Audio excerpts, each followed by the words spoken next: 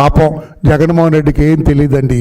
ఆ పిఏ గాడే కొట్టేసాయంటండి, ఆ ధనుంజయ రెడ్డి కొట్టేసాయంటండి, ఆ చెవిరెడ్డి భాస్కర్ రెడ్డి కొట్టేసాయండి, అతని కొడుకు కొట్టేశాడంటండి, ఆ కృష్ణమోహన్ రెడ్డి కొట్టేశాడంటండి, ఆ వాసుదేవ్ రెడ్డి కొట్టేశాడంటండి, ఆ కసిరెడ్డి కొట్టేశాడంటండి అనుకుంటారా? అనుకుంటే ఇక అంతకంటే అమాయకత్వం లేదు. జగన్మోహన్ రెడ్డి తెలియకుండా వీళ్ళందరూ కొట్టేశారంటే.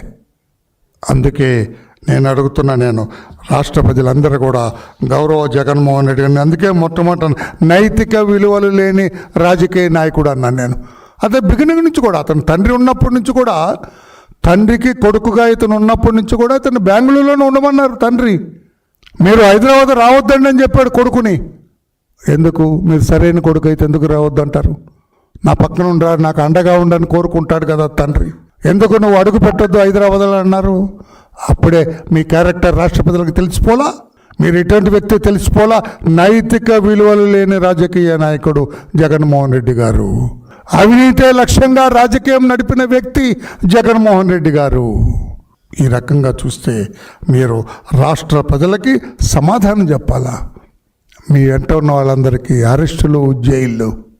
చంద్రబాబు గారు అంటే రివార్డులు, అవార్డులు, డిగ్రీలు, మెడల్స్.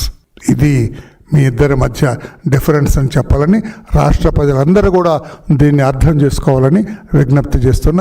పాలుకి పాలు, నీటికి నీరు వేరు చేయవలసిన బాధ్యత, హంసలాగా వేరు చేయవలసిన బాధ్యత కూడా రాష్ట్ర ప్రజల మీద ఉంది. ఇంకా ఆ వ్యక్తి మోసపు వలలో పట్టడానికి ప్రయత్నం చేయొద్దని చెప్పి కూడా రాష్ట్ర ప్రజలకు తెలియజేస్తూ, మరలా కురివితోటి తలగొక్కోవటానికి ఎట్టి పరిస్థితుల్లో ఆలోచన చేయొద్దని చెప్పి కూడా రాష్ట్ర ప్రజలకు తెలియజేస్తున్నాం. 5 ఏళ్ళు అనుభవించాం మనం. భస్మాసుర హస్తాన్ని మనం చూసాం. 5 ఏళ్ళు కళ్ళగట్టినట్టుగా కనపడింది మనకి. మరలా ఆ దిశలో అసలు ఆలోచన కాదు, దృష్టి కూడా మరల్చొద్దని చెప్పి కూడా రాష్ట్ర ప్రజలందరికీ తెలియజేస్తున్నా.